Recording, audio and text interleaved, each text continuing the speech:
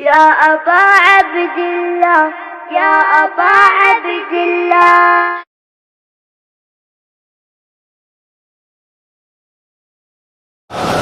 أعوذ بالله من الشيطان الرجيم. بسم الله الرحمن الرحيم. الحمد لله الذي أمر قلوب العارفين بالإنجيل وعمل الفجر وأثبت فعال أنبيائه وأوليائه قصص الأنبياء والمرسلين وأكمل إيمان المسلمين والمؤمنين بولاية علي أمير المؤمنين عليه السلام.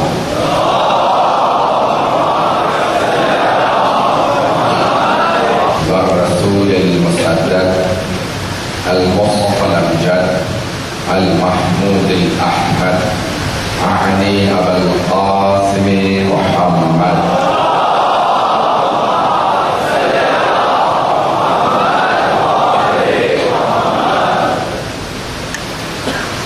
وعلى روحه ونفسه وصاحبه ووصيه سيد الأتقياء والأصفياء مولى المعالي إمام المتقين علي بن أبي طالب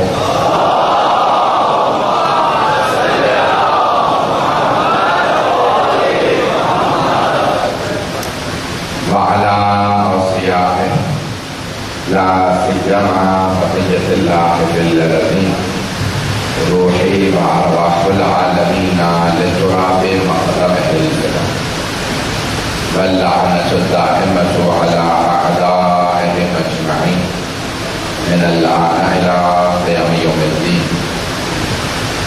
أما بعد فقد قال الله الحكيم في كتابه الكريم. بسم الله الرحمن الرحيم. يوم ندعو كل أناس بإمامهم. صدق الله العلي العظيم. صلوات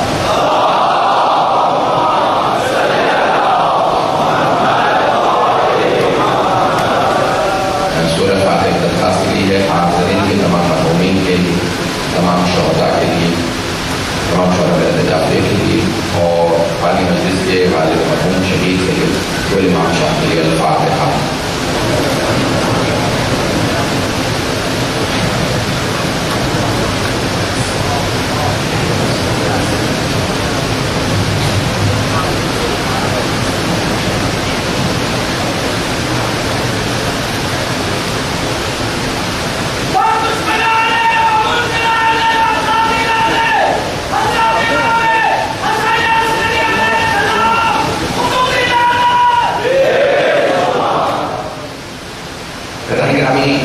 موضوع بہت مشخص ہے کہ زندگانی امام حسن عسکری علیہ الصلوۃ والسلام.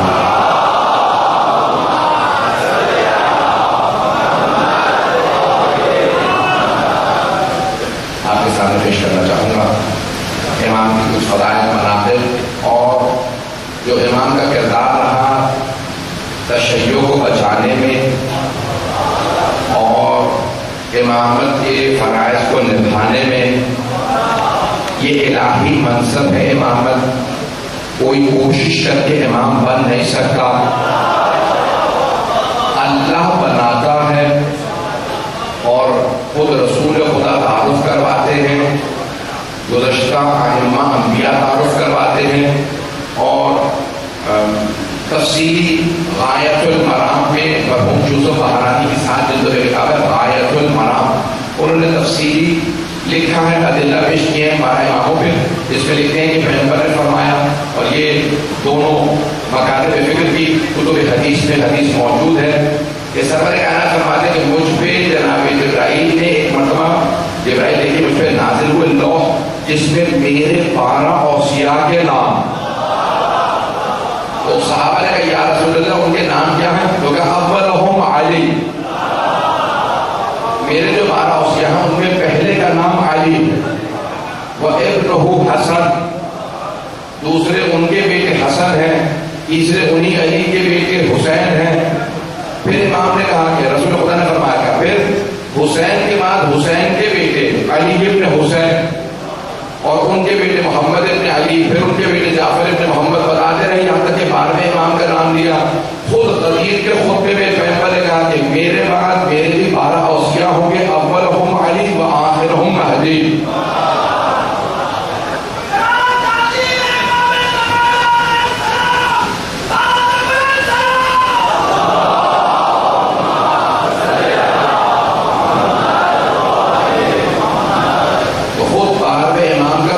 سرور کائنات نے اس وقت جو خطبہ میرے ذہن میں ہے، کیونکہ غدیر کا خطبہ بنیادی ترین خطبوں میں سے ہے، سرور کائنات آواز سب کو آ رہی ہے؟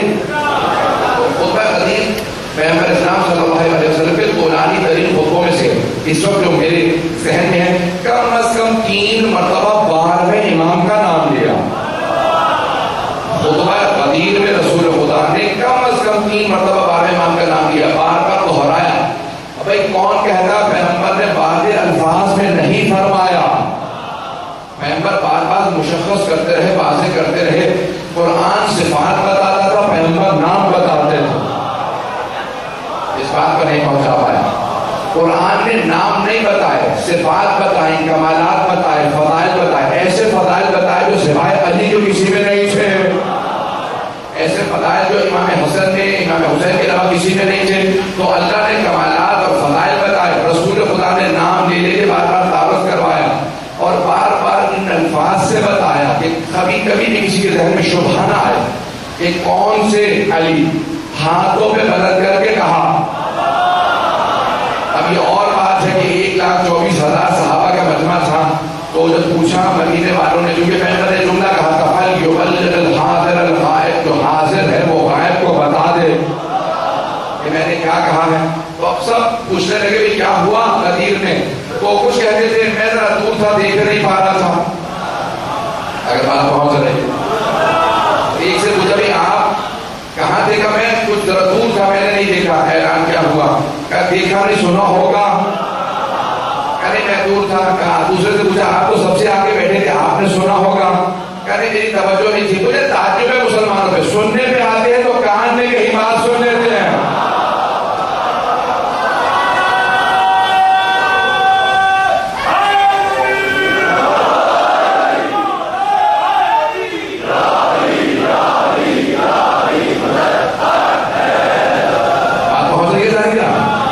سننے پہ آتے ہیں تو کان میں کہیں بات سن لیتے کہ پیغمبر نے اپنے چچا ابو طالب سے کان میں کہا، کان میں کہا کہ چچا کلمہ پڑھ لیجیے۔ سننے پہ آتے ہیں تو کان میں کہیں بات سن لیتے ہیں، نہیں سننے پہ آتے تو غدیر میں چیخ چیخ کے اعلان ہو رہا۔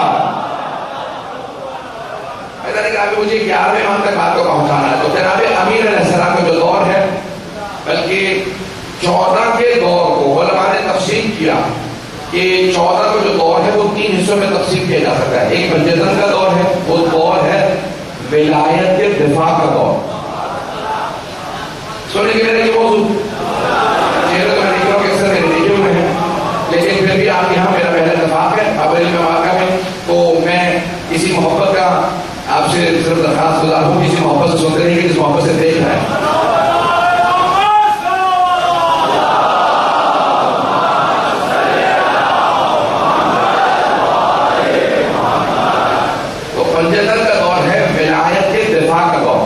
سرور کائنات جانتے ہیں ختم نبوت ہے، میرے بعد امامت و ولایت سے جاری رہنا۔ تو آپ نے کیا کیا؟ دعوت ذوالعشیرہ سے لے کے غدیر تک مسلسل ولایت و امامت کا اعلان کیا۔ صرف غدیر میں نہیں، دعوت ذوالعشیرہ سے غدیر قوم تک مسلسل اعلان کیا۔ میں نہیں پہنچا پایا۔ دعوت ذوالعشیرہ میں جب آپ نے فرمایا، کہا کہ قولوا لا الہ الا اللہ تفلحوا، لا الہ الا اللہ کو فلاح پا جاؤ گے، تو سب نے سوال کیا پھر آپ کون ہیں؟ کہا میں اسی خدا کا جس کا میں تعارف کروا رہا ہوں، میں اس کا رسول ہوں۔ اور آپ نے فرمایا جو بھی میرے اس مشن میں، میرے اس مقصد میں، میرے اس ہدف میں میرا ساتھ دے گا فہو اخی و وصی و وزیری و خلیفۃ من بعدی، وہی میرا وصی ہوگا، وہی میرا وزیر ہوگا، وہی میرا بھائی ہوگا، وہی میرے بعد میرا خلیفہ ہوگا۔ دعوت ذوالعشیرہ میں فرمایا، اور یہ ہمارے صرف فرمانے نہیں کہ خود طبری نے اپنی تاریخ میں انہی الفاظ کے ساتھ لکھا کہ پیغمبر نے فرمایا وہی میرا بھائی ہوگا، وہی وزیر ہوگا، وہی خلیفہ ہوگا۔ اب تک سب سن رہے تھے، سننے والے زیادہ تر مشرک و کافر تھے، انہی میں ابو لہب موجود تھا۔ اٹھنے کے بعد اس نے جناب ابو طالب سے کہا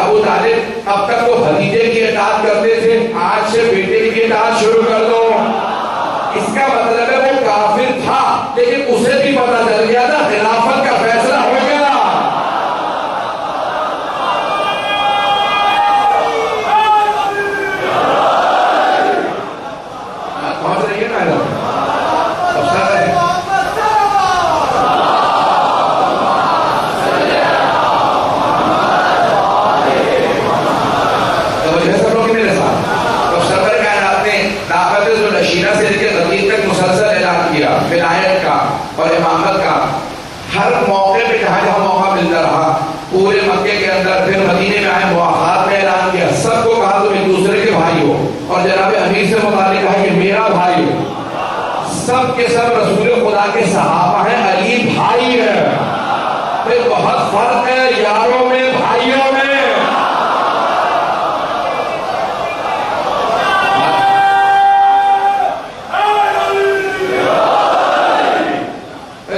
سرور کائنات نے مواخات میں دوبارہ اعلان کیا علی میرے بھائی ہیں۔ آپ کے ذہنوں میں ہے، مجھے وقت بھی نہیں کہ میں تفصیل میں جا سکوں، اگر کہیں تو اشارہ کر دیتا ہوں۔ رسول خدا مکے سے مدینہ تشریف لیا ہے، مکے والوں کو مہاجر قرار دیا اور مدینے والوں کو انصار قرار دیا۔ کراچی کے تناظر میں مت سنیے گا اس بات کو، بات کو ہم طریقے میں نہیں، وہ کراچی کے تناظر میں نہ سنیے گا۔ پیغمبر نے مکے سے آنے والوں کو مہاجر قرار دیا، مکے مدینے میں رہنے والے سب کے سب انصار قرار پائے۔ ایک ایک مہاجر کو ایک ایک انصار کا بھائی بنایا، جیسا جیسا مزاج دیکھا ویسے کو ویسے کا بھائی بنایا۔ آخر میں صرف علی بن ابی طالب علیہ السلام رہ گئے۔ تو ایک منافق نے جناب امیر سے کہا کہ علی آپ کا کسی کو بھائی نہیں بنایا، نہ جانے اس نے کس زبان طرز لہجے سے کہا تھا کہ جناب امیر کو بھی کہنا گزرا، فوراً کہا یا رسول اللہ آپ نے کسی کو میرا بھائی نہیں بنایا۔ پیغمبر اسلام نے سب کے سامنے کہا کہ علی میں نے اپنا بھی کسی کو بھائی نہیں بنایا، کیونکہ نہ مجھ جیسا کوئی نہ آپ جیسا کوئی۔ یا علی، شیعہ سنی تمام کتابوں میں حدیث ہے، یا علی انت اخی فی الدنیا والآخرہ، یا علی دنیا اور آخرت میں آپ صرف میرے بھائی ہیں۔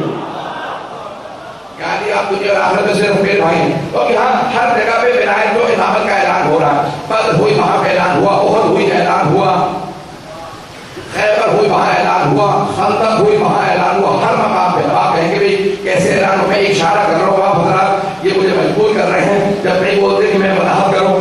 خندق میں جب رسول خدا کسی نے آگے حملہ کیا، عمر بن عبد العزیز نے حملہ کیا، خندق مجھے نہیں پیش کرنا، صرف جناب امیر کی امامت اور ولایت کو پیش کرنا، مجھے امامت کا موضوع لے کے آگے بڑھنا۔ تو ایک مرتبہ جناب سرور کائنات نے کہا کون ہے من لو، کون ہے جو اس کے مقابلے میں جائے؟ تو جناب امیر فوراً لگا یا رسول اللہ انا لہو، میں اس کے لیے کافی ہوں۔ وہ ایک مرتبہ رسول خدا نے کہا علی آپ رک جائیے، اور کوئی ہے؟ ذہنوں میں تو ہے آپ کے ساتھ، خندق کو ہو بھی سکتا۔ دو تین مرتبہ پیغمبر اسلام نے کہا، تیسری دفعہ اس نے نیزہ اٹھایا، پیغمبر کے خیمے پہ نیزہ دے مارا۔ تو پیغمبر اسلام نے اس مقام پہ کہا کہ کون ہے جو اس کتے کی زبان کو بند کرے؟ میں ممبر سے نہ کہتا کہ پیغمبر نے نہ کہا ہوگا۔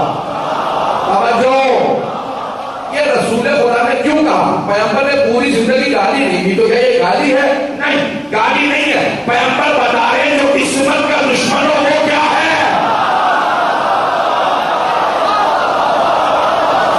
حقیقت بتا رہے ہیں، معصومین کے دشمن کی حقیقت بیان کر رہے ہیں کہ اصل میں یہ نہ دیکھنا انسان نظر آ رہا، دیکھنے میں انسان ہے، دل اس کا کیسا ہے؟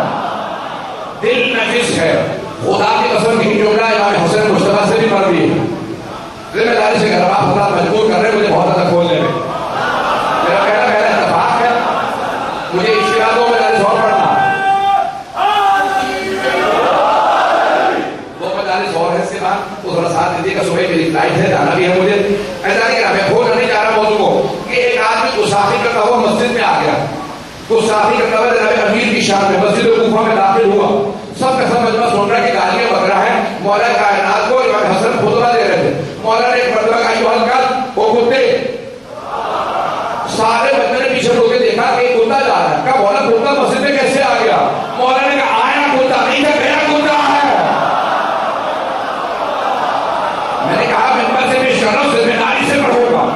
ایک اور سنی جو ابھی تک نہیں بولے ذرا وہ بھی بول دیں گے۔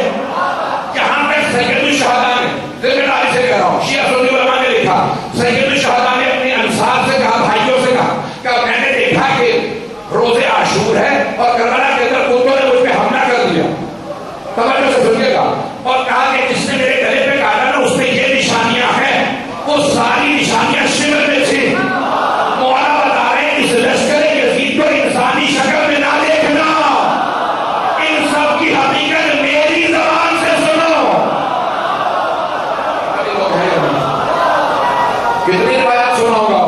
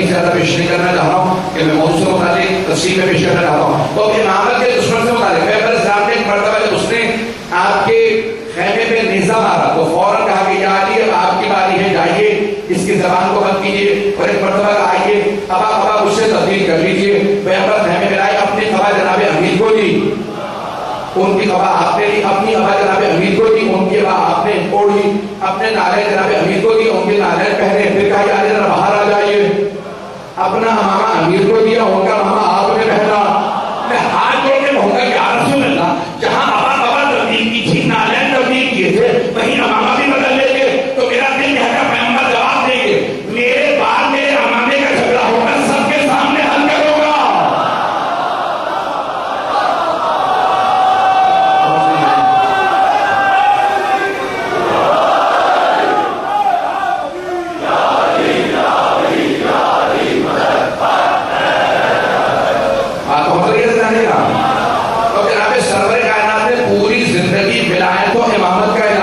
جناب سیدہ کا جو دفاع ہے وہ بھی ولایت کا دفاع، یہ فضل کا مطالبہ نہیں تھا، ولایت کا دفاع تھا. جملہ تو میں کہہ گیا ہوں. جناب سیدہ پیسے کہہ رہے تھے بی بی حسنین کا صدقہ دے دے، بی بی دے دیتی.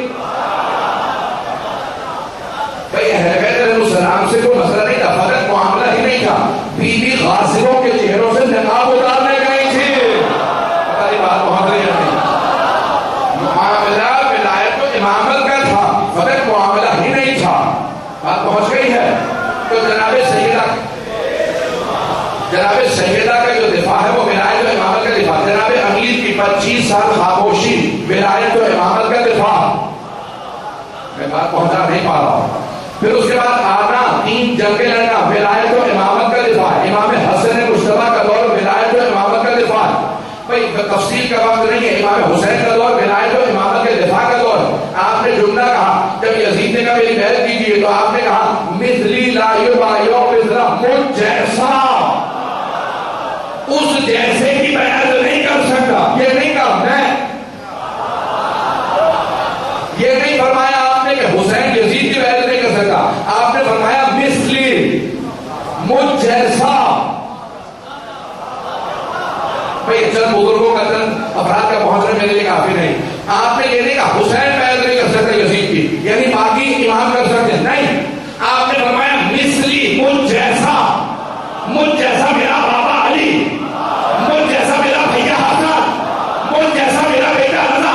جس پہ تھپڑا لگانے کی کوشش تھی، مولا نے بیان کر کے بتا دیا مجھ جیسا. اس جیسے کی بیعت نہیں کر سکتا. زمین کو آسمان سے مل سکتی ہے، مجھ جیسا اس جیسے کی بیعت نہیں کر سکتا. حیدر گرامی کربلا خود ولایت و امامت کا دفاع ہے. سید الشہداء کا پورا قیام ولایت و امامت کا دفاع ہے. تو پہلا دور پنجتن کا دور جو ولایت و امامت کا دفاع. پھر چوتھے امام سے 8ویں امام کا تربیت کا دور ہے. یہ بھی 5 معصومین کا دور ہے. چوتھے امام نے تربیت کی، غلام خریدتے تھے، تربیت کرتے، آزاد کرتے تھے. کائنات کے کہتے ہیں سب سے زیادہ غلام آزاد کیے جناب امیر نے، اور ان کے بعد جناب امام سجاد نے. کثرت سے غلام خریدتے تھے، تربیت کرتے، آزاد کرتے تھے. امام کا جب غلام آزاد ہوتا مولا کا جا میں نے تربیت کر دیا، معاشرے میں دور جا کے رہو، میرے پاس نہ رہنا، کیونکہ میں تو اور تربیت کر رہا ہوں. جہاں جہاں جانا میری تربیت کو عام کرنا. اب جہاں پہ بھی امام کا غلام جا کے رہنے لگا، ہر آدمی کہتا بھئی یہ جب سے آیا ہمارا محلہ بدل گیا. اتنا با اخلاق انسان ہے، اتنا با تہذیب انسان ہے، معاشرے میں صفائی ہو گئی ہے، دل صاف ہے، آپس میں لڑائی جھگڑے ختم ہو گئے. اب پوچھو تو صحیح کون ہے، کہاں سے آیا؟ تو غلام کہتا مجھے سید سجاد نے تربیت کر کے بھیجا، میں ان کا غلام تھا. اب سب لوگ کہتے ارے غلام ایسے ہیں تو مولا کیسے ہوں گے؟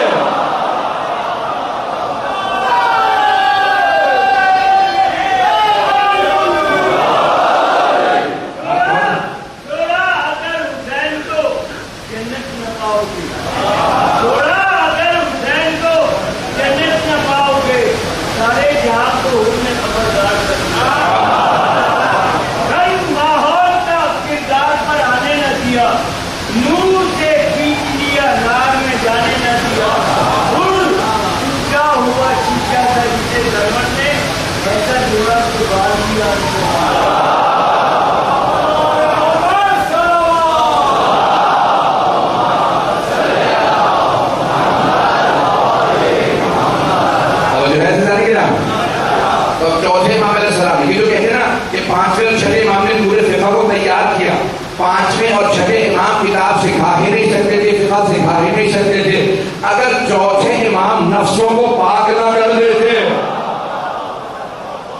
الذی بعث فی الامیین رسولا منہم یتلو علیہم آیاتہ ویزکیہم ویعلمہم الکتاب والحکمہ.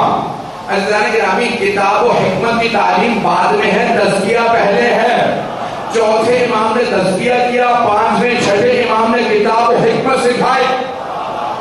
اگر بات پہنچ رہی ہو، مجھے 11ویں امام تک جانا ہے. یہ ساری تمہید بات کے جا رہا ہوں کہ ہر امام کا کیا کنٹریبیوشن ہے، جتنا خلاصہ کر سکتا ہوں. ہر امام نے کس طرح سے دین کو بتایا، کیا کیا انہوں نے شیعوں کے لیے کیا. اب چوتھے امام نے تربیت کر دیا، پانچویں امام نے کتاب کی بنیاد رکھی، چھٹے امام نے فقہ کو آگے بڑھایا. لوگوں نے اعتراض کیا کہ بھئی یہ آپ جو پیش کر رہے ہیں، آپ سند کیوں بیان نہیں کرتے؟ امام سے کہا سند بیان کیوں نہیں کرتے؟ آپ کہتے ہیں قال رسول اللہ صلی اللہ علیہ وسلم، رسول خدا نے فرمایا. آپ نے پیغمبر کو نہیں دیکھا تو آپ کیسے کہیں گے کہ پیغمبر نے یہ فرمایا؟ کہ آج سند بیان کر رہا ہوں، آئندہ بیان نہیں کروں گا. میں جو کچھ کہتا ہوں اپنے بابا سے کہتا ہوں، وہ جو کچھ کہتے ہیں میرے دادا سے کہتے ہیں، وہ حسین سے، وہ حسن سے، وہ علی سے، وہ رسول سے. اور رسول خدا کلام نہیں کرتے جب تک وحی نہ آ جائے. وما ينطق عن الهوى ان هو الا وحی یوحی. یہ قرآن کا یہ ہمارا سلسلہ سند ہے، ہم اس کے علاوہ کسی اور سلسلے سے بیان نہیں کرتے. جو کچھ ہم بیان کرتے ہیں وہی ہمارا سلسلہ. کہ آج سند بیان کر دیا. عزیزان گرامی، اب چھٹے امام نے دین پہنچا دیا، فقہ بھی مکمل ہو گیا. ساتویں امام نے ان پہ پابندیاں تھیں، انہیں زندان میں رکھا گیا. جب زندانوں میں رکھا نا تو امام نے کہا دیکھو تم زندان میں رکھ سکتے ہو، خطبے دینے سے منع کر سکتے ہو، پابندیاں لگا سکتے ہو، لیکن دعائیں مانگنے سے منع نہیں کر سکتے نا. پتہ نہیں لوگ ہیں. اب ہارون نے جاسوس بھیجا کہ سنو جا کے یہ مجھے بددعائیں تو نہیں دیتے شیعوں کے امام. تو کہا میں جب بھی جا کے دیکھتا ہوں وہ سجدے میں ہوتے ہیں، دعائیں پڑھ رہے ہوتے ہیں، اگر ان کی کوئی ایک دعا سن کے بتاؤ. تو کہا کہ میں نے خود اپنے کانوں سے سنا، وہ کہہ رہے تھے پروردگار میں تیرا کیسے شکر ادا کروں، میں نے تجھ سے تنہائی مانگی تھی، تو نے ایسی تنہائی دی ہے کہ نہ سوائے تیرے کوئی اور ہے، نہ سوائے میرے کوئی اور.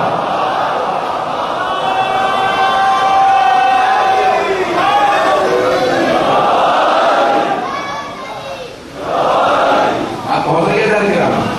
یہ ساتویں امام موسیٰ کاظم علیہ السلام کا جو سارا دور تھا زندانوں کے اندر جھگڑا گیا تھا. 8ویں امام کا کام تھا جو اسی کو نکال کے لوگوں میں پیش کرے.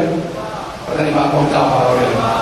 اب 8ویں امام علیہ السلام نے کیا کیا کہ جیسے ہی انہیں ولی عہدی دی گئی اور امام کو دربار میں رکھا، مامون نے، ہارون نے 7ویں امام کو زندان میں رکھتے تھے. مخلص نہیں تھے. باپ ہارون، مامون کا باپ ہے ہارون، اس نے 7ویں امام کو زندان میں رکھا. بیٹا 8ویں امام کو ولی عہد بنا رہا. اگر مخلص ہوتا وہ ولی عہد نہ بنا کر آگے ٹھیک ہے مدینے میں رہیے. یہ ولی عہدی امام کو نہیں دی تھی، اپنی تائید دیکھ رہا تھا. کئی افراد کچھ لوگوں کے ساتھ اس لیے رہتے تاکہ ان کی وجہ سے ہماری تائید ہو. بڑی بڑی ہستیوں کے ساتھ کچھ لوگوں کا شوق ہوتا ہے ساتھ ساتھ رہے. جب وہ چلے جائیں تو بعد میں دعویٰ کروں ارے میں ان کے ساتھ تھا.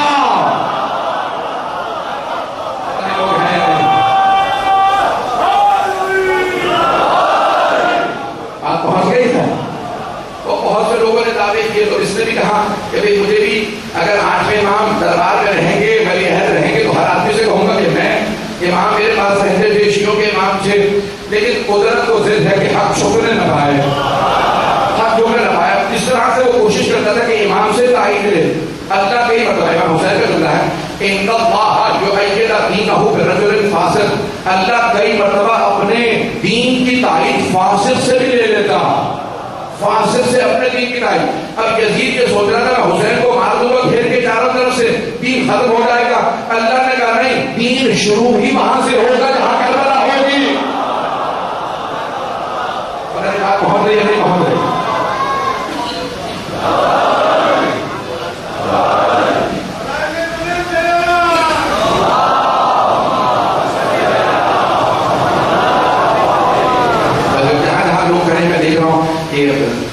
سنتے رہیے گا. اب یہ 8ویں امام کا بھی دور ایسا ہی دور ہے کہ مامون پوری کوشش کر رہا ہے کہ تائید اسے ملے. اس نے امام پہ جاسوس بٹھا دیے، جاسوسی کرتے رہو. محل میں رکھا، ایک حجرہ دیا، امام کے لیے اہتمام کر دیا. ہر آدمی کے لیے ہمارے ولی عہد ہے تاکہ اس کی تائید ہو. سنیے گا غور سے. بڑے جاسوس بٹھا لکھا ہے کہ صبح سے رات تک، رات سے صبح تک مختلف جاسوس بدلتے رہو. اب جو امام کی جاسوسی کرتا تھا وہ شیعہ ہو جاتا تھا. لوگ ہے یا نہیں؟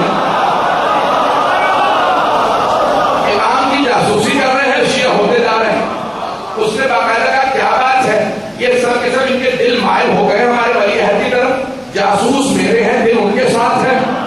اس نے بغیر بتایا جاسوس کو بتایا، کہا کہ بھئی تم صبح سے ساتھ تھے، کیا دیکھا؟ کہا وہ نماز پڑھ رہے تھے، پھر قرآن پڑھ رہے تھے، پھر ذکر کر رہے تھے. کہا نماز کیسی تھی؟ کہا لگتا ہے نماز آئی ہی ان کے لیے ہے. ارے لوگ ہیں یا نہیں ہیں؟ کہا لگتا چلے گی کچھ دیر رہو. کہا لگتا ہے نماز بنی ہی ان کے لیے ہے. پھر دوسرے سے پوچھا بھئی یہ قرآن پڑھ رہے تھے، کیسا پڑھ رہے تھے؟ کہا لگتا ہے قرآن آیا ہی ان کے لیے ہے. اب اسے خود محسوس ہونے لگا کہ بھئی جاسوس میرے ہیں، سب کے دل اسی کے ساتھ ہے. اس نے دیکھا کہ سارے جاسوس ایک ایک کر کے شیعہ ہوتے جا رہے ہیں مامون کے. اب سمجھ میں آیا یہ ایران میں تشیع امام رضا کے صدقے میں پھیلا.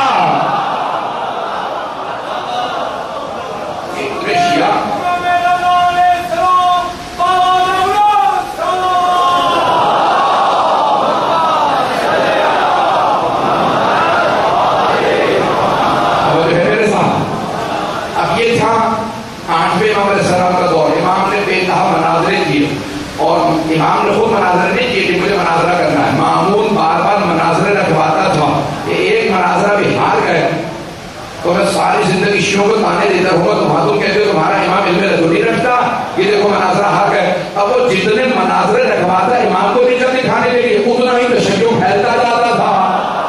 مناظروں کے نتیجے میں امام کو اپنے علم کا اظہار کا موقع ملا، اس نے امام کو زہر دے دیا. پھر اپنی بیٹی کی شادی امام کے بیٹے سے کر دی، حکم کی امام محمد علیہ السلام سے. 9 برس کے امام محمد علیہ السلام انہیں لایا گیا بغداد میں اور اس نے ایک مرتبہ امام رضا کو دیکھ رکھا تھا. سارے کے سارے جمع ہو گئے. بنی عباس، ارے 9 برس کے بچے سے شہزادی کی شادی کر رہے ہو، تمہیں خیال آنا چاہیے کہ بھئی آئندہ خلافت کا معاملہ ہے. نہیں، یہ بچہ نہیں ہے، تم جسے چاہو لے آؤ، جس عالم کو لے آؤ، اس سے مناظرہ کروا دو، یہ بچہ نہیں ہے. یہ پہنچا ہوا. انہوں نے کہا سب سے بڑے بڑے علماء کو جمع کرو. کہ تم میں سب سے قابل کون ہے؟ کہ مفتی اعظم یحییٰ ابن اقسم. گھبرا کے سن رہے ہیں. کہ کتنے برس کا؟ 70 برس سے زیادہ. کہ تیاری ہے؟ کہ ہمیشہ تیار رہتا ہوں. کہ آ جاؤ تمہارا مناظرہ.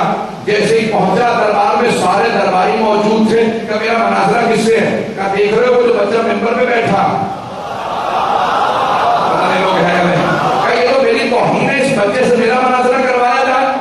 کہ اتنا سا بچہ میں مناظرہ کروں گا؟ میں مفتی اعظم ہوں. کہا کہ نہیں، اسی بچے سے مناظرہ کرنا. کہا ٹھیک ہے، میں سب سے مشکل سوال کروں گا اس سے. ایک مرتبہ اس نے سوال سوچا کہ بھائی ہمارے 56 ابواب ہیں، 56 چیپٹرز ہیں فقہ میں. طہارت، صلاۃ، نماز، یہ سارے کے سارے دیکھ لیجیے. زکات، خمس، جہاد، امر بالمعروف نہی عن المنکر، نکاح، طلاق، دیات، قصاص، آخر تک کل 56 ابواب. سب سے جو مشکل باب ہے وہ ہے حج. اس نے کہا بھائی حج سب سے مشکل. حج میں سب سے زیادہ مشکل کیا؟ کفارات. جب احرام باندھ لے تو احرام میں 24-25 چیزیں حرام ہو جاتی ہیں. شکار حرام، آئینہ دیکھنا حرام، مردوں کے لیے سر ڈھانپنا حرام، خواتین کے لیے چہرہ ڈھانپنا حرام. پریشان تو نہیں ہو رہے ہیں؟ فقہ شروع نہیں کیا. اب اس نے سوچنا شروع کیا سب سے مشکل حج. حج میں سب سے مشکل کفارات. تو اس نے کہا کفارے کا مسئلہ پوچھ لو، بچہ اسے کیا پتا ہوگا؟ تو اس نے کہا بابولاج یہ بتائیے اگر کوئی حالت احرام میں شکار کر لے اس کا کفارہ کیا؟ اب سارے لوگ پریشان. اتنا سا بچہ اتنا مشکل سوال کر لیا. وہ حیا بھی ہونی چاہیے. بوڑھا آدمی بچوں سے بحث کر رہا ہے اور مشکل سوالات لے کے آ رہا. امام نے ایک مرتبہ یحییٰ ابن اقسم کو دیکھا. کہا سوال تیرا ناقص ہے، جب سوال مکمل کرے گا پھر میں جواب دوں گا. ہے میرے ساتھ یا نہیں ہے؟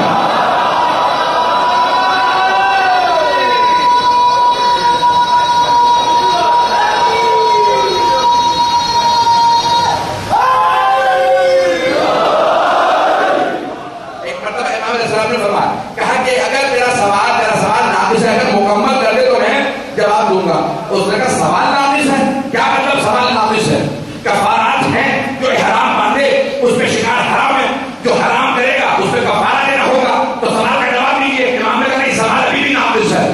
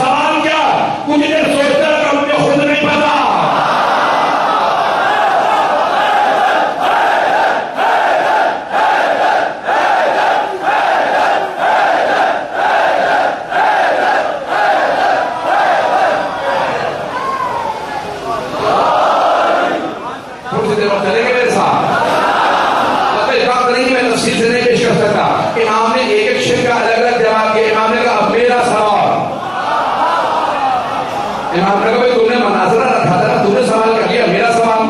اس نے کہا آپ نے میرے سوال کا یہ حال کیا ہے، مجھ سے پوچھ لیں گے تو میرا کیا حال ہوگا. میں مفتی اعظم کو تھوڑا لحاظ رکھیے گا، پتہ نہیں لوگ ہے یا نہیں. امام نے کہا میں تو بچپنے کا سوال کروں گا، بچہ ہوں نا، تم نے تو کہا تھا بچہ ہے تو بچپنے کا سوال سن لے. امام نے کہا یہ بتا، ایک آدمی نے تہجد کے وقت کسی خاتون کو دیکھا، وہ اس پہ حرام تھی، فجر پہ حلال ہو گئی تھی، طلوع آفتاب پہ پھر حرام ہو گئی، دن نکلا تو حلال تھی، ظہر پہ پھر حرام ہو گئی، عصر پہ پھر حلال ہو گئی، مغرب آئی پھر حرام تھی، عشاء پہ پھر حلال ہو گئی. امام نے کہا بتا یہ دونوں میاں بیوی کون ہے، یہ مرد کون تھا عورت کون تھی. کچھ دیر سوچنے لگا، نہ میں ایسے کسی مرد کو جانتا ہوں نہ ایسی کسی عورت کو جانتا ہوں جو صبح سے لے کے رات تک 10 دفعہ حرام ہو جائے حلال ہو جائے. امام نے کہا مجمع میں کوئی ہے جو جواب دے سکے. سب کے سب کہنے لگے ہمارے تو وڈیرے بھی کہہ گئے اگر آپ نہ ہوتے تو ہم ہلاک ہو جاتے.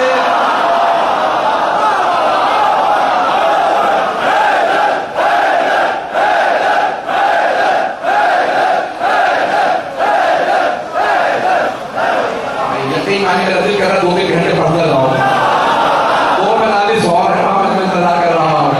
ایک مرتبہ امام نے کہا میں بتاتا ہوں، جب اس نے تہجد کے خاتون کو دیکھا وہ کسی دوسرے کی کنیز تھی، اس لیے نکاح ڈالنا حرام تھا. فجر پہ اس نے کنیز خرید لی، حلال ہو گئی. طلوع آفتاب پہ اسے آزاد کر دیا، پھر حرام ہو گئی. دن دہاڑے اس نے اسے شادی کر کے نکاح کر لیا، حلال ہو گئی. ظہر پہ اس نے طلاق دی، حرام ہو گئی. طلاق رجعی تھی، اس نے رجوع کیا، حلال ہو گئے. پتہ نہیں لوگ ہیں یا نہیں. یہ فقہ کی باریکیاں ہیں جو پورا فقہ علم رکھتا وہی پہنچے گا. اس کے بعد اس نے زہار کیا، مغرب پہ دوبارہ حرام، زہار کا کفارہ دیا، حلال. ایک مرتبہ سارا میں کہنے لگا اللہ اکبر اللہ اکبر. اگر روئے زمین پہ کوئی حجت خدا ہے تو یہی بچہ ہے.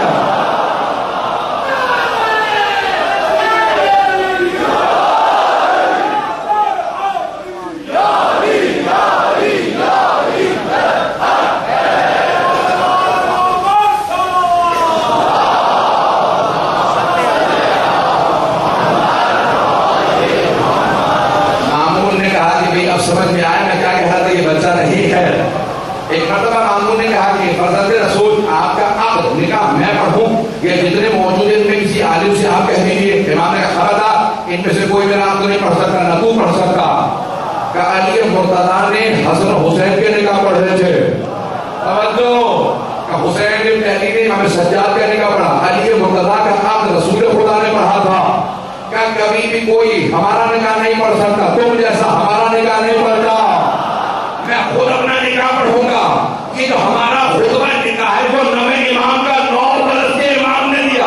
اب سمجھ میں آیا جناب ابو طالب کا مقام کیا ہے جو رسول کا نکاح پڑھے.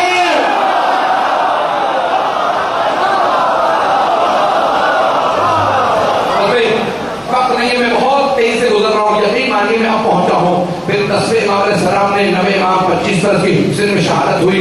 انہوں نے اسی انداز سے پورے اس نظام امامت کو بتایا. اب 11ویں امام کا سن لیجیے. میں بہت تفصیل سے پڑھنا چاہ رہا تھا، میں تمہید میں بہت وقت دے گیا ہوں، لیکن اب آئیے ذرا 11ویں امام سے متعلق سنیں. اگر سنیں ہے میرے ساتھ.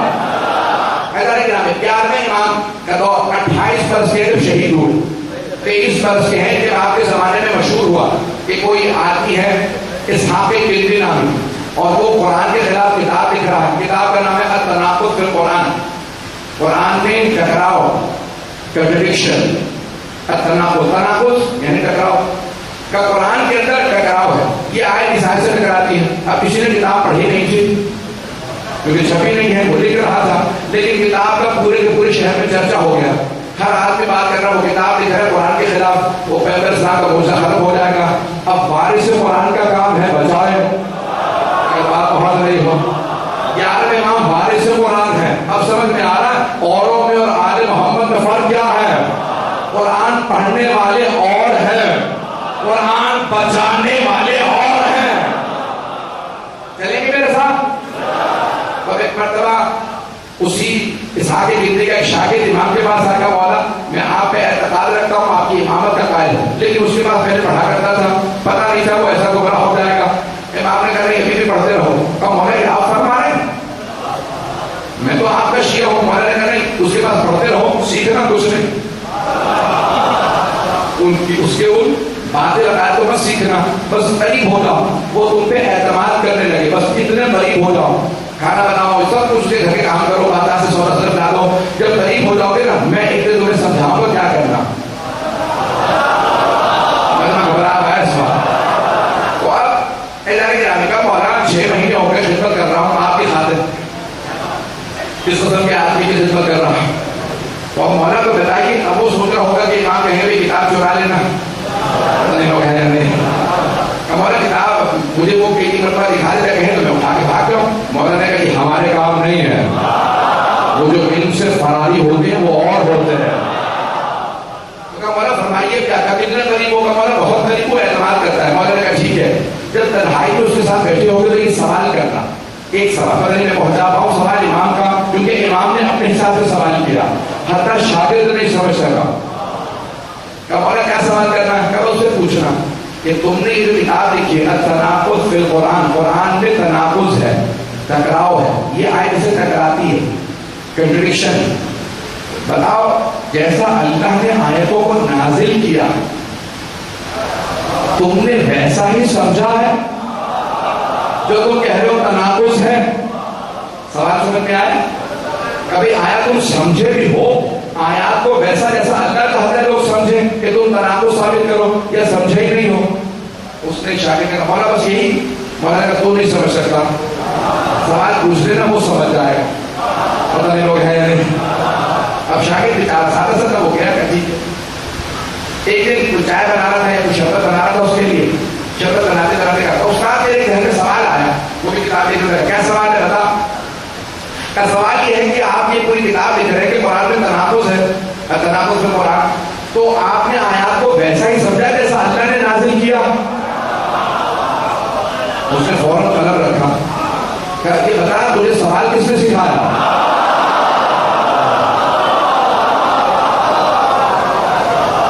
تو اس نے کہا کہ نہیں میرے اپنے ذہن کی ایجاد ہے.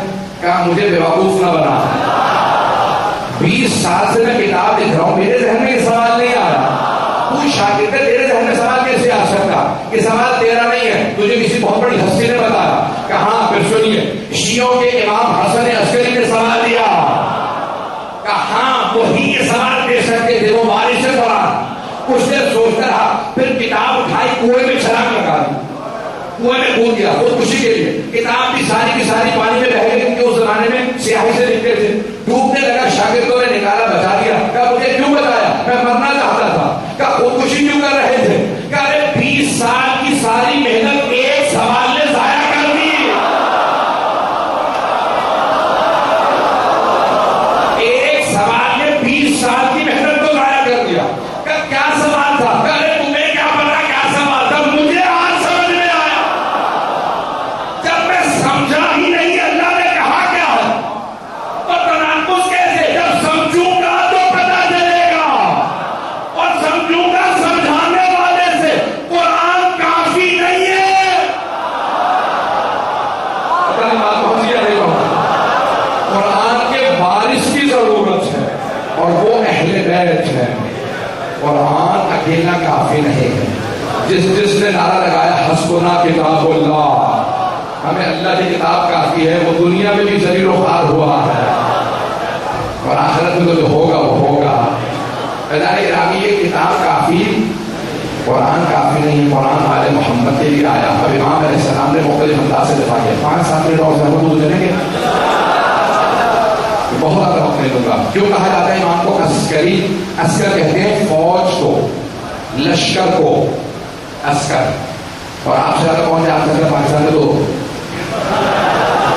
میں نے کچھ بھی نہیں کہا بھائی، مجھے جانا بھی ہے. تو یہاں ماشاءاللہ لفظ عسکری بات آسان لفظ ہے. عسکر یعنی فوج، عسکری یعنی فوجی، فوج والا. آپ پہنچ رہی ہے؟ کیوں کہا گیا امام کو فوج والا؟ متوکل کا نام سن رکھا ہے، یعنی سب سے جو ظالم حکمران گزرا ہے عباسیوں میں، کیونکہ بنو امیہ میں اس سے زیادہ ظالم گزرے، لیکن عباسیوں میں کہتے ہیں سب سے پتھر دل بغض آل محمد رکھنے والا حکمران متوکل عباسی تھا. تو اس نے فوج بنائی، سامرہ پورا شہر بسایا، سرہ مرہ شہر کا نام رکھا. جس نے دیکھا وہ خوش ہوا، اسے سرور ہوا. سرہ مرہ وہیں سے ہو گیا سامرہ. سنیں گے نا، یہ خاموشی توجہ کی علامت ہے. تو ایک مرتبہ اس نے پورا تجربہ کے ساتھ پورا شہر بسایا، نام سامرہ رکھا، سرہ مرہ سامرہ ہو گیا. اماموں کو وہیں بلا لیا، 10ویں امام کو کہا یہی رہے تاکہ کوئی انقلاب برپا نہ ہو جائے. اب یہ حکمران سارے اہل بیت سے بہت ڈر گئے تھے واقعہ کربلا کے بعد. ارے یہ 72 کے ساتھ بھی بیان کر دیتے ہیں، پتہ نہیں بات پہنچی ہے. ان کے دلوں میں بہت خوف تھا. ایک مرتبہ اماموں کو وہیں پہ اس نے 10ویں اور 11ویں امام کو بلا لیا اور بہت بڑی فوج بنائی. ابھی نہیں جائیں آپ، تو اس کا محل تھا تو سارا یعنی دیواریں بہت موٹی موٹی سب کے سب بیٹھ گئی. تو وہاں پہ فوج تھی اس کی اور قید خانہ تھا. فوج سے کہا کہ یہ جو پہاڑی ہے یہ پہاڑ پہ سب چڑھ جاؤ. پورا جو پہاڑ تھا وہ فوج سے بالکل چھپ گیا. سب سے کہا اسلحے ہاتھ میں لے لو. بڑی بڑی تلواریں لی انہوں نے جیسے گرز، اور کہا میں اپنے مہمانوں کو لے کے آؤں گا. تو اس وقت شور مچانا کہ بادشاہ سلامت کیا ہوگا، میں کسے مارنا، میرے مہمانوں پہ تمہارا روب بیٹھ جائے گا. پتہ نہیں لوگ ہیں یا نہیں، مر گئے روب بٹھانے والے. انہیں پتہ ہی نہیں آنے محمد کون ہے. اس نے پوری فوج سے کہا کہ یہ پہاڑ کے اوپر چڑھ جاؤ. ساری فوج آئی، لوہے کے چٹانوں کے اوپر زور زور سے نیزے زمین پہ مارتے، آوازیں غلط کرتے، گرز کاندھوں پہ رکھے تھے. ایک مرتبہ مطلب کہ آگے سیر کر جیسے پہنچے تو ایک مرتبہ امام علی نبی علیہ السلام، اس وقت امامت کا دور تھا، امام حسن علیہ السلام،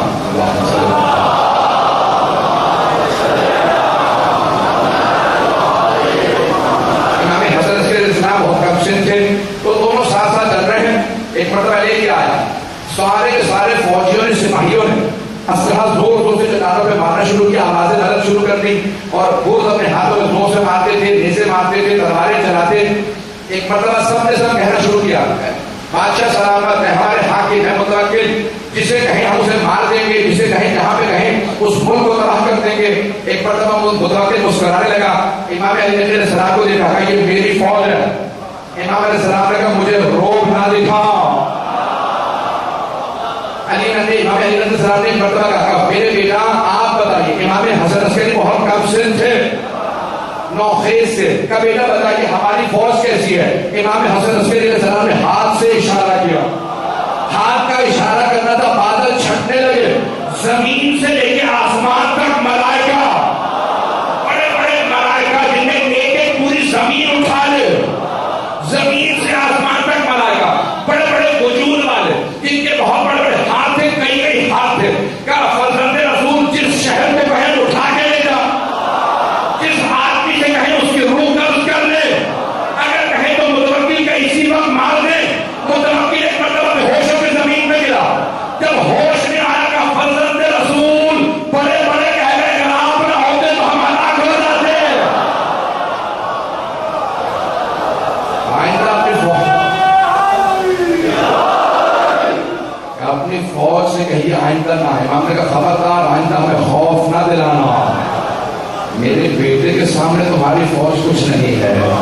ایک اشارے پہ پورے شہر کو ہمارے خادم ایسے ہیں. وہ افراد تعجب کرتے ہیں ارے امام ایسا کر سکتے ہیں، نہیں کر سکتے. امام کے خادم فرشتے ہیں. توجہ، ایک ایک فرشتہ اتنا بڑا ہے کہ پوری قوم کو ایک پر میں لے گیا کئی میل آسمان پہ. اللہ نے کہا کہ آسمان کی مخلوقات ان کی اذانیں، ان کے مرغوں کی اذانیں سن رہی تھی. اب اللہ نے کہا دوبارہ پلٹا دو. ارے جن کے خادم ایسے ہو ان ائمہ کی ولایت پہ سوال نہ کرنا. بہت زیادہ آیا ہوں انہوں نے گھبرا تو نہیں رہے تھا. ائمہ کی امامت ہے، ولایت ہے. جن کے خادم اتنے بڑے ملائکہ ہو، سوچئے ان ائمہ کا مقام کیا ہے. لیکن وقت نہیں کہ تفصیل سے اور امام کی زندگی سے کئی پہلوؤں کو پیش کروں، لیکن مجھے بتایا گیا ہے کہ تابوت برآمد ہوگا. تاریخ میں چند تابوت بڑے ہی مظلومیت کے ہیں. 4 تابوت پیش کرنا چاہتا ہوں. پہلا تابوت جناب فاطمہ الزہرا.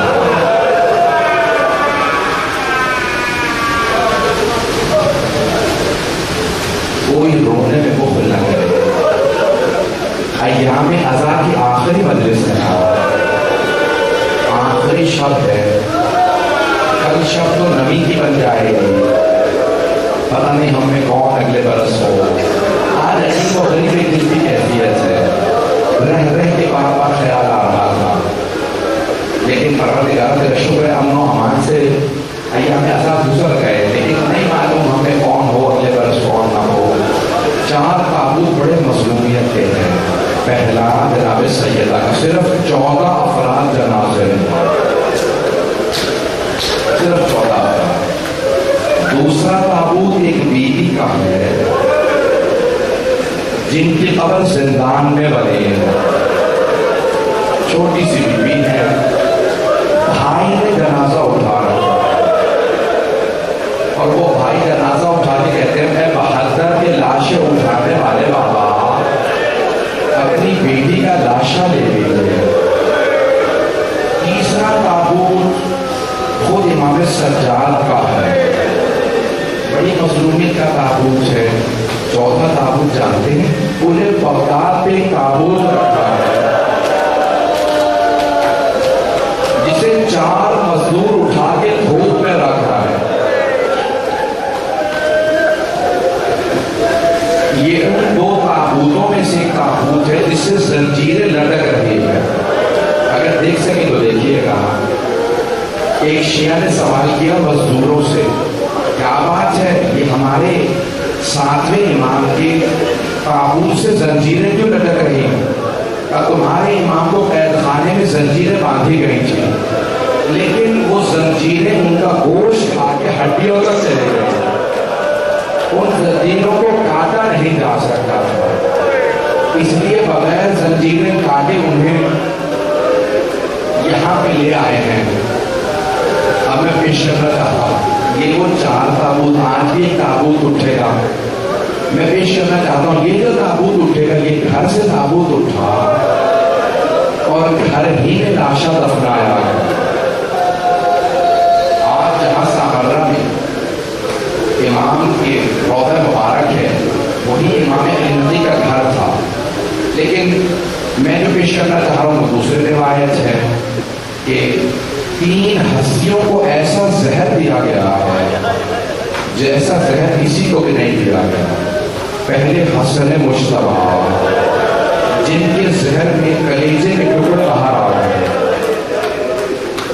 دوسرے امام رضا جن کا کلیجہ کھل گیا، اور تیسرے امام حسن عسکری علیہ السلام۔ سنیں گے امام حسن عسکری کو کیسا زہر دیا گیا؟ بس پہ زیادہ وقت تو نہیں ہے، بہت وقت نہیں ہوگا آپ نے سنا ہے نا مولا سجاد نے جناب زینب کبریٰ سے کہا بھوکی اماں میں نے زندگی میں کبھی آپ کو بیٹھ کے تہجد پڑھتے نہیں دیکھا، بیٹھ کے تہجد پڑھتے نہیں دیکھا۔ کہا بیٹا پانی اتنا کم آیا تھا کہ میں نے بچوں کو پلا دیا ہے، مجھے بہت کم پانی ملا، اس لیے شام غریبہ میں بیٹھ کے تہجد پڑھ رہی ہوں۔ اب سوچئے امام حسن عسکری علیہ السلام کو کیسا زہر دیا گیا ہو۔ روایت کے ساتھ جو پیش کرنا چاہ رہا ہوں معاف کر دیجیے گا، اگر دیکھ سکتے تو دیکھیے گا۔ 11ویں امام کو جب زہر دیا گیا تو امام ایک شیعہ ہے مولانا نے کہا آج تو جا رہے ہو، کل جب آؤ گے نا تو یہاں ایک تابوت ہوگا، شیون ہوگا، رونا ہوگا، ماتم ہوگا۔ کہا مولا کیوں؟ کہا مجھے زہر دے دیا جائے گا۔ کہا مولا آپ صرف 28 برس کے ہیں۔ مولا نے کہا ایسا زہر دیا جائے گا میں اٹھ نہیں سکوں گا، بڑی ذمہ داری سے کہہ رہا ہوں کہ 11ویں امام کو زہر دیا گیا، مولا نماز کے لیے اٹھ نہیں سکتے تھے۔ ایک آدمی نے کہا مولا میں نے کبھی زندگی میں آپ کو تہجد بیٹھ کے پڑھتے نہیں دیکھا۔ خادم سے کہا کہ ایسا زہر دیا ہے میرے اندر کے سارے اعضاء کٹ گئے ہیں، مجھ میں طاقت نہیں کہ اٹھ سکوں۔ کہا مولا دن گزر جائے گا آپ کا؟ کہ نہیں میرا آج آخری دن ہے، بس بھی آج کی رات میں مولا کو زہر دیا ہے اور صبح میں مولا کی شہادت ہے، دن میں تابوت ہے۔ آج رات میں ایک امام کو پرسہ دینے آئے ہیں، جانتے کس امام کو؟ امام زمانہ کو۔ آج امام زمانہ کو پرسہ دیجیے گا، کہیے گا مولا آپ کے 5 برس کے سن میں یتیم ہونے کا بڑا صدمہ ہے، اگر دیکھ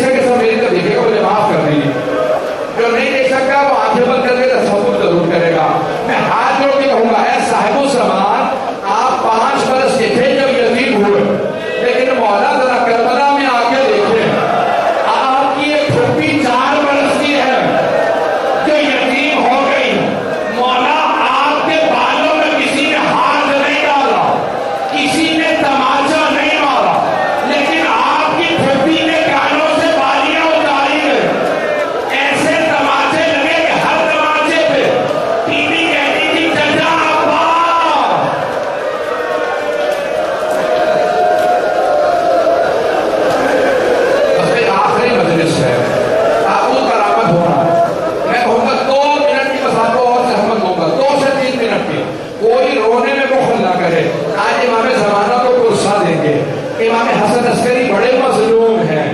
آپ جانتے ہیں نا ایک ہی بیٹا ہے جو پاس بیٹھا ہے. ہر باپ کو